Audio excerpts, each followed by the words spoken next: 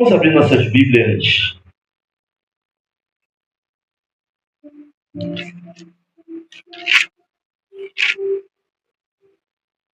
Neemias, capítulo 4, versículo 19.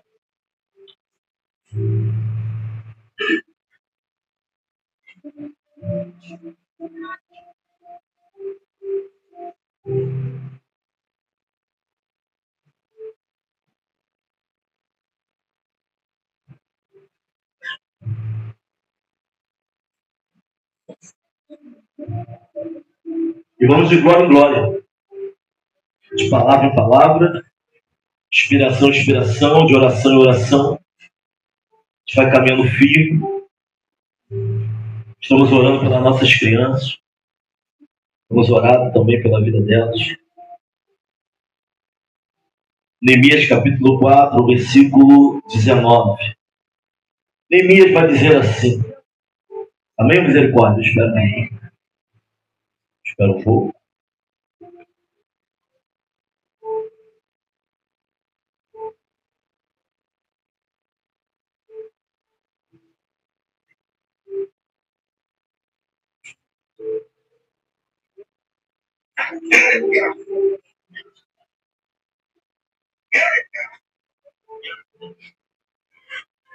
E disse, versículo 19, e disse eu aos nobres e aos magistrados e aos restos do povo, grande e extensa é a obra.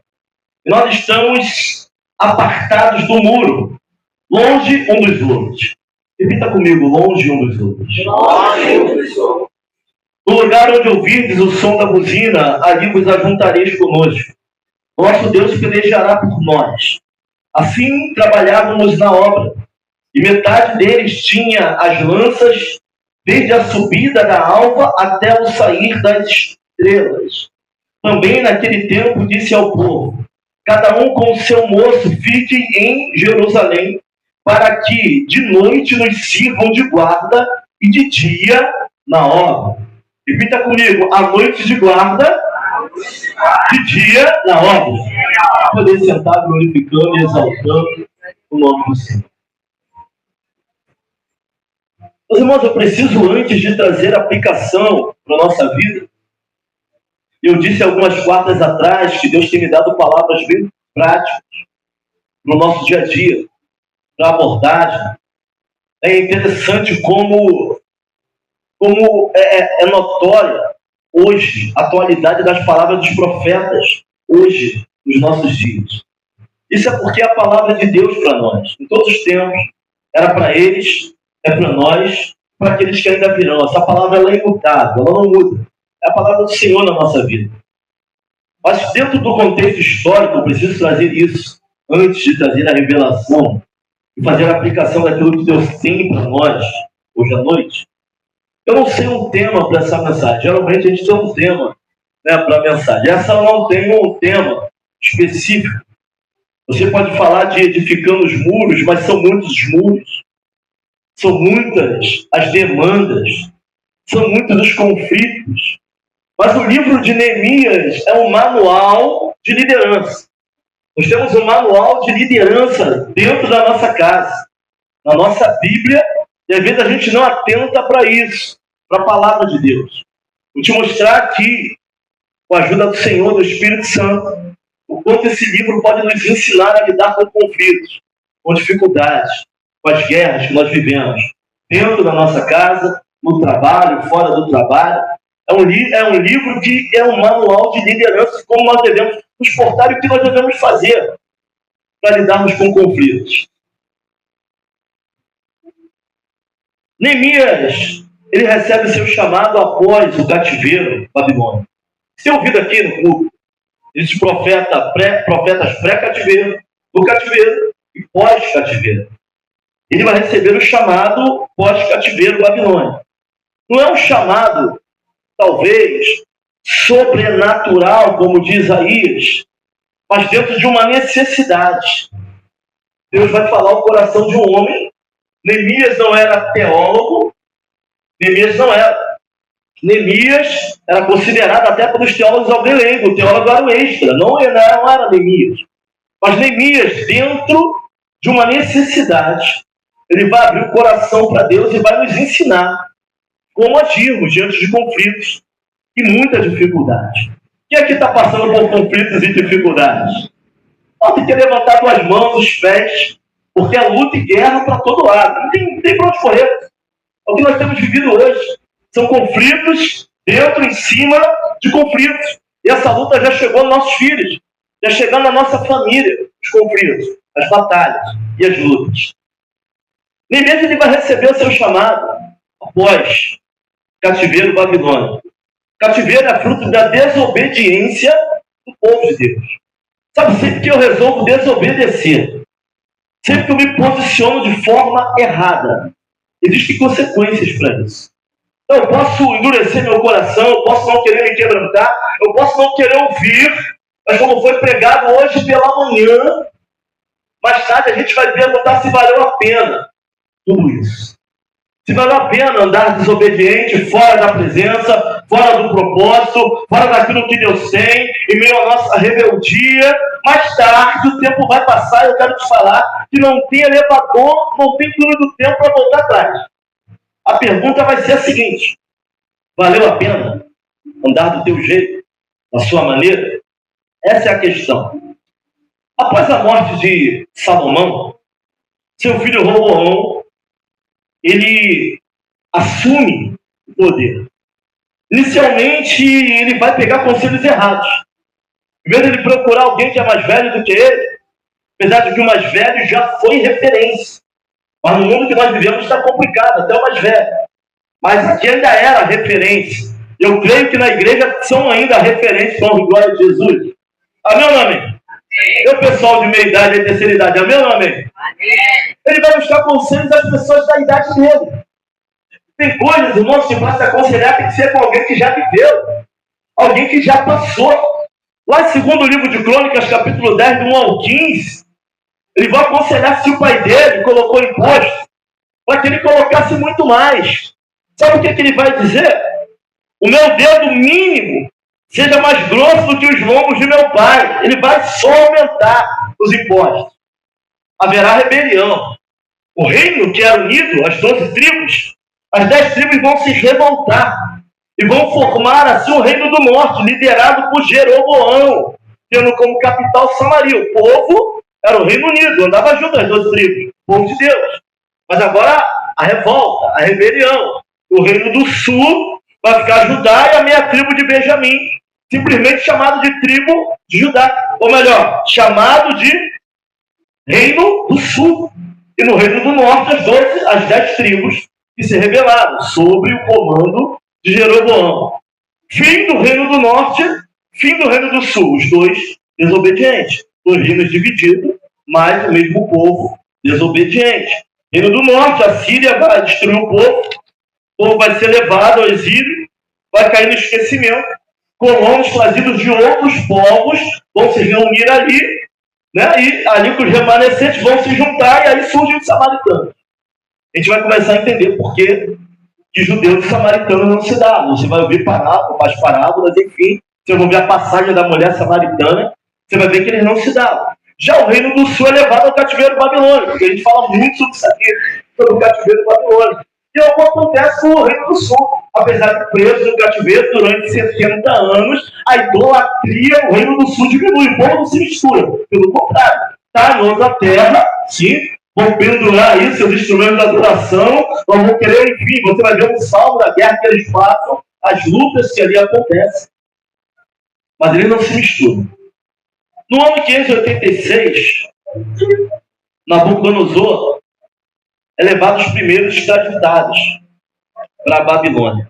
Vai Daniel, vai seus amigos, né? Misaías, Azarias, qual o nome do outro?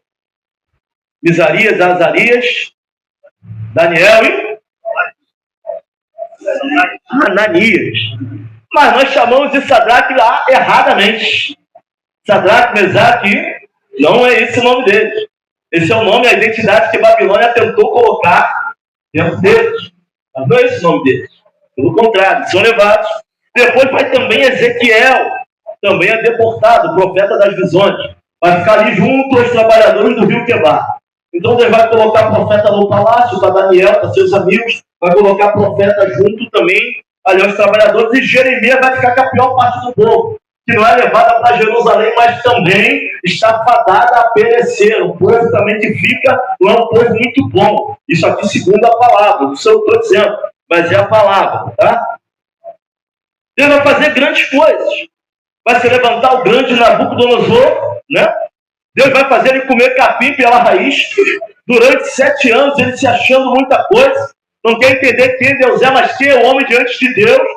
Quem é o homem, quem é uma mulher independente da nosso currículo, da arrogância. Se acha muita coisa, nós não somos nada. Nabucodonosor vai ficar durante 7 anos ali, endemoniado e comendo capim pela raiz, como um animal, para entender que Deus é Deus. Deus ele vai fazer o seu nome ser glorificado através da vida de Daniel. Deus vai abalar a Babilônia através do testemunho desses homens. Mas Daniel, capítulo 5, vai ter o banquete do rei Belsazar. Os reis passam, os governantes passam. Sabe, a gente fica muito preocupado com política, e isso é importante também, porque o seu voto conta muito. Mas o fato é que, independente de quem está na cadeira, só Deus pode libertar essa nação. O fato é isso. Eles vão passar, um vem, o outro vai, e Deus é poderoso para cuidar do seu povo. Belsazar vai se levantar, vai pegar, vai fazer um banquete, vai pegar os utensílios santos, é isso? E vai começar ali a fazer uma grande festa.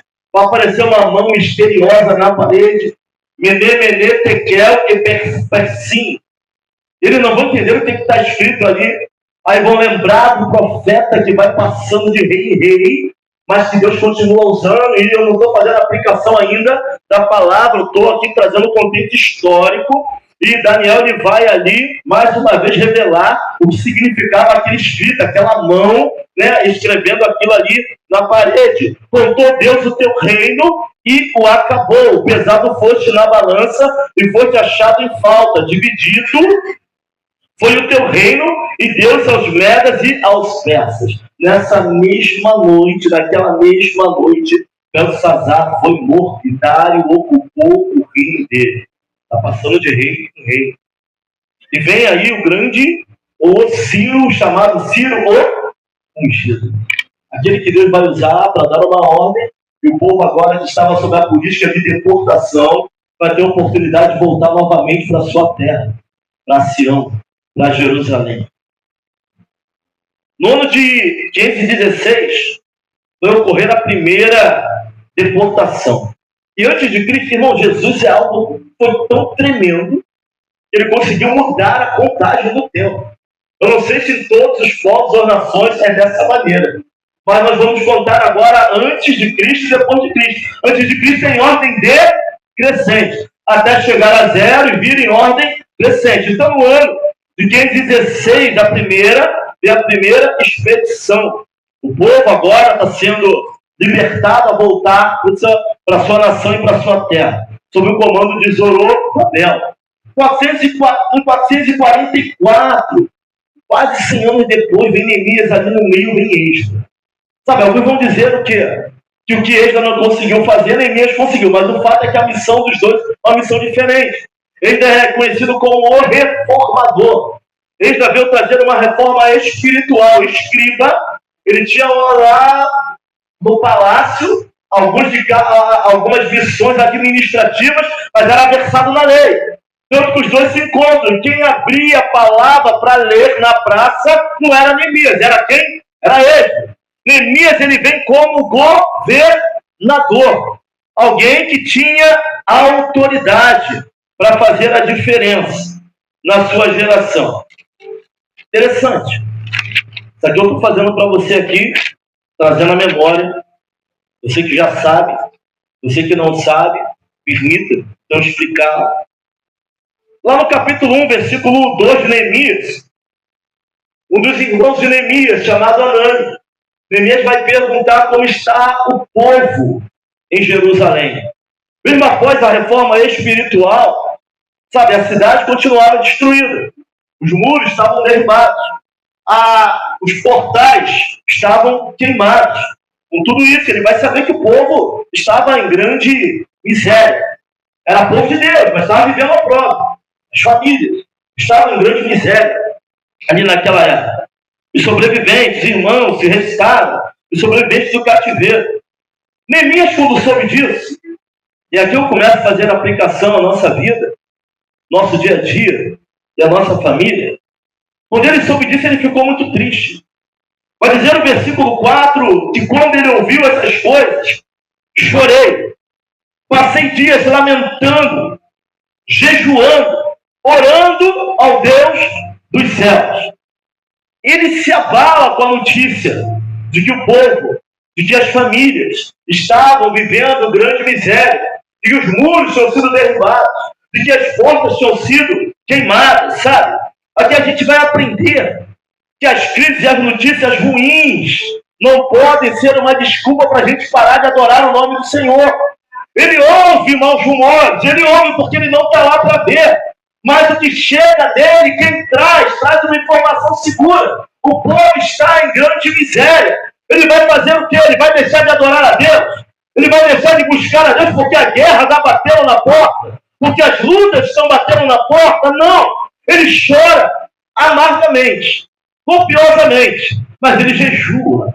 Olha para mim, pastor, jejum é arma. Sabe, aqui nós começamos a entender, e Deus começa a nos dar algumas armas para as guerras que estamos vivendo, passando. Ele vai orar aos Deus dos céus, tem dias orando e jejuando. Ele não se desespera, mas a angústia muito, ele sente. Irmão, só haverá um intercessor eficaz se ele sentir na alma.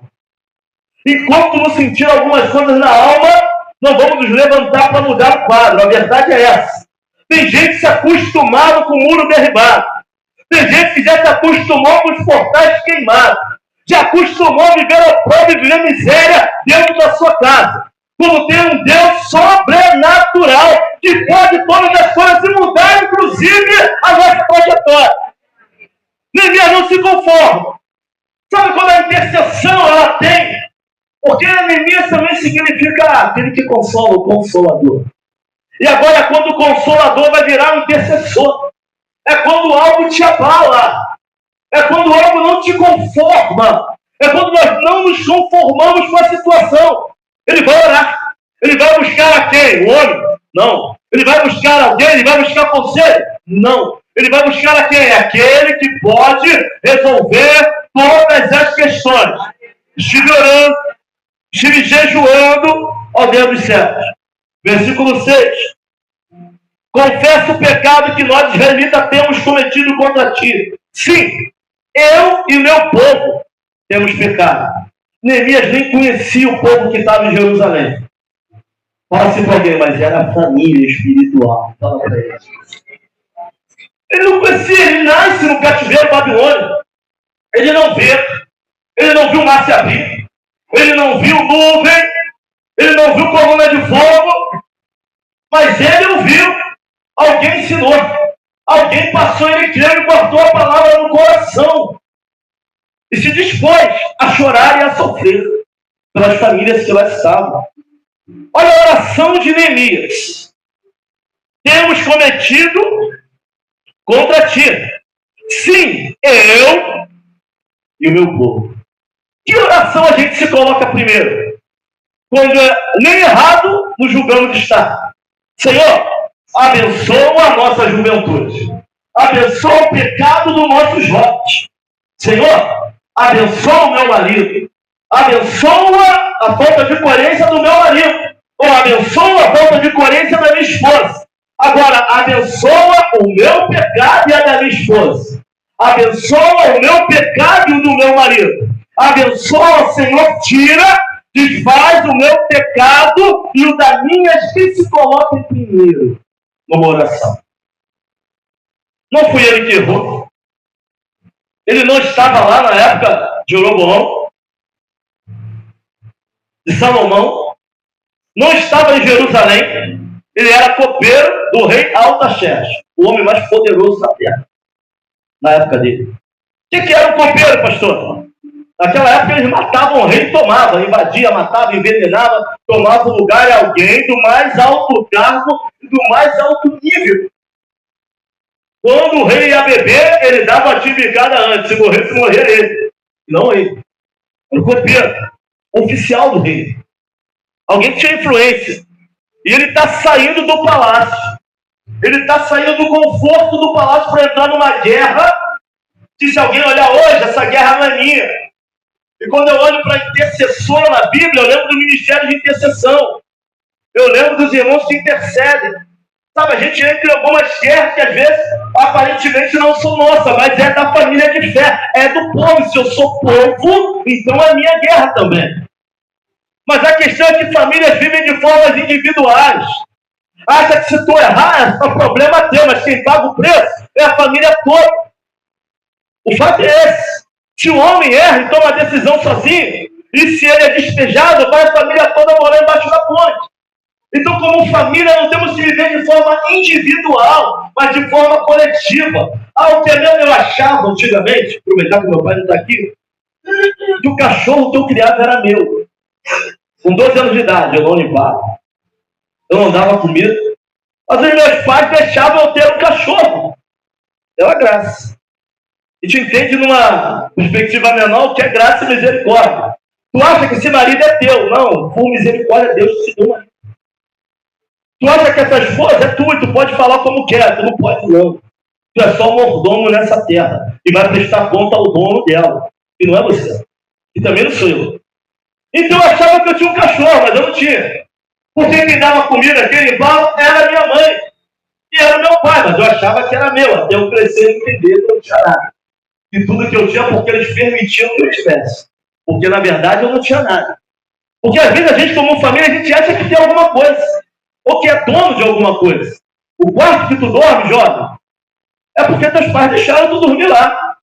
E se eles têm casa para você morar, porque o pai deles, que não é o pai da terra que eu estou falando, mas aquele, o celestial, assim permitiu, abriu porta de trabalho. Então, se olhar bem, nós não temos muita coisa para andar com o nariz em pé, acharmos que somos altos, e na verdade nós não somos. Olha para alguém e fala assim: a graça e misericórdia sobre a tua vida, sobre a minha também. Ele entra na brecha, ele começa a orar, ele começa a se colocar. Sabe que tal a gente começar a mudar a nossa oração? Quando tu for orar pelo teu filho, Senhor, perdoa o nosso pecado de Deus. Senhor, perdoa a nossa falta de flexibilidade. Que tal parar de botar? Eu sei que alguém começa, mas que tal assumir a função de intercessor de verdade da tua casa? E parar de falar: Senhor, toma a mente do meu marido, toma esse homem do Senhor, toma a nossa mente. Perdoa a nossa ignorância. Perdoa a nossa falta de entendimento. Então a gente começar a entrar nessa brecha com alguém que não é individualista, que está forte, orando por alguém que está com problema, quando o problema também é teu. Está dentro da tua casa, é teu problema. Pode ter a idade que for, está debaixo do teu teto, é teu problema. Não tem para onde correr disso. Ele está a 1.500 quilômetros de distância. O senhor me viu, pastor? Pode depois fazer a pesquisa, é mais ou menos isso. Onde ele estava para Jerusalém, muito longe. Mas ele está falando: eu e o povo cometemos. Nós colocando na frente, irmãos. A gente tem que parar com o individualismo dentro das famílias. Não é você, não é meu, não é o que eu tenho, é nosso. O dinheiro é nosso. O pagamento é nosso. O trabalho é nosso. Se passar fome, passa todo mundo. Se der bom, dá bom para todo mundo. Por isso que a mulher tem que incentivar o marido. Vai sim, estude o marido e incentivar a mulher. Porque não é de um ou de outro, é dos dois, isso é família. Sabe, se alguém puxa para a direita e para a esquerda, esse projeto vai rachar. Tem que puxar para o mesmo lugar. E outra filha. Até então, o filho mais novo não dá opinião nenhuma. Depois ele cresce também tem a opinião dele. Porque ele tem um lugar dele de opinião. Ele está orando por um povo que ele não conhece. Por pessoas que ele nunca viu. Sabe, irmãos, não dá para ser o intercessor da tua casa com questões pessoais atrapalhando. Não tem como. Ele quebra as questões pessoais. Estou na Babilônia porque alguém errou lá atrás, mas se é propósito de Deus, eu vou me levantar a terra que eu pisar, inclusive pode te fazer prosperar na terra das tuas aflições.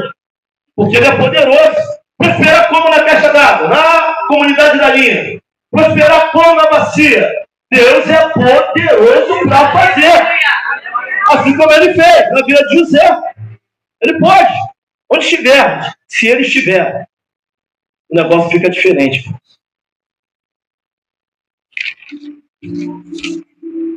Versículo 11, versículo 12. 3 dias em Jerusalém. Ele chega em Jerusalém. A viagem era perigosa. Ele chega lá em Jerusalém. Ele ouviu falar por Anani que o povo estava em grande miséria. Os muros estavam derribados, os portões estavam queimados. Ele chega lá em Jerusalém e vai sair de noite. Ó, vai chamar algumas pessoas. Sabe, ele vai sem contar para ninguém. Ele vai olhar a situação dos muros. Ele vai olhar a situação dos portões, como estavam os portões. Sabe, ele chega, tem o relato de Anani, ele concorda, ele acredita, mas ele quer ver a situação. Sabe o que Deus me ensina com isso, irmãos?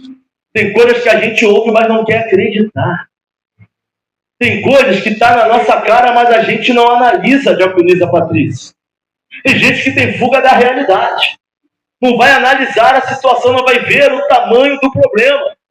Não vai ver o tamanho da rachadura. Não para analisar como estão os muros. Eu estou falando aqui de muitos muros. Pode ser o muro do teu relacionamento com o teu marido. Pode ser o teu relacionamento com o teu filho. Sabe, as coisas chegam. Deus usa pessoas falam. Deus usa pregadores. Mas alguns não param para analisar o tamanho do rombo. Como é que está a situação?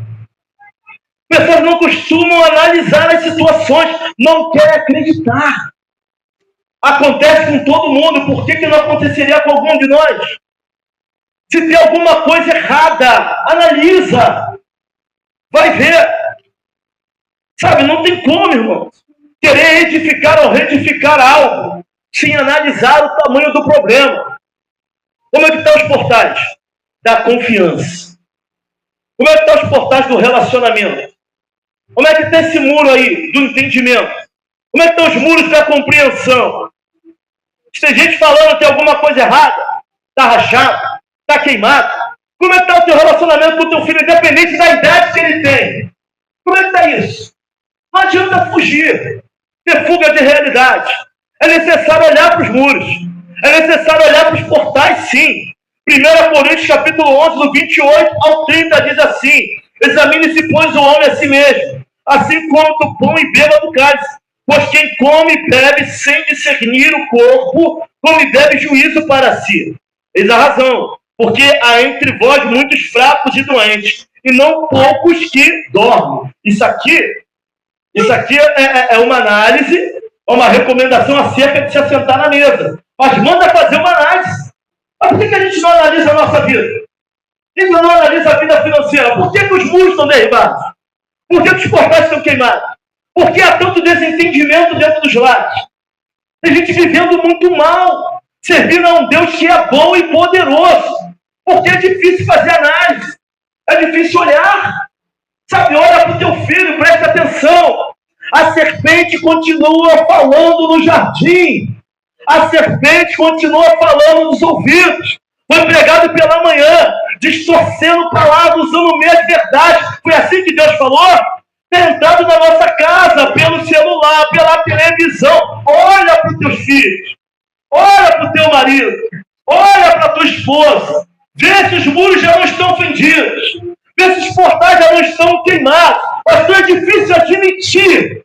Espera a casa cair de uma vez, para ver se o negócio não fica mais difícil. É necessário analisar.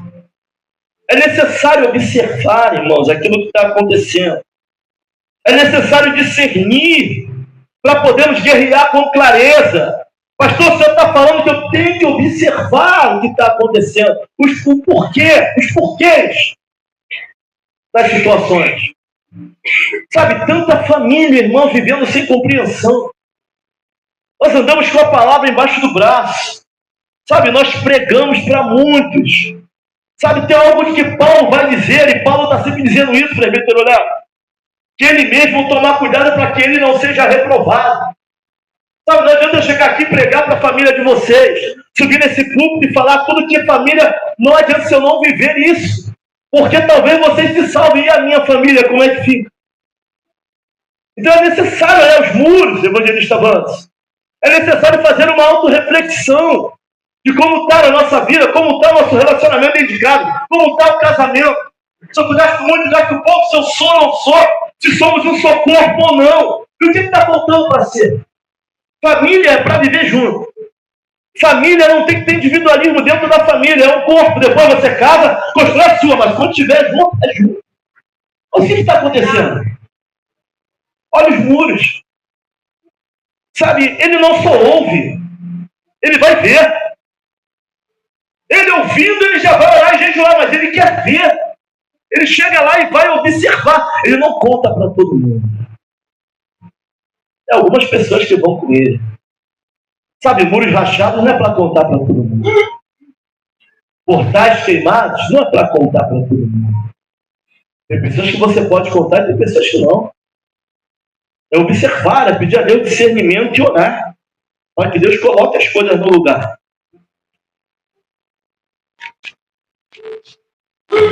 Não tem como fazer tudo sozinho.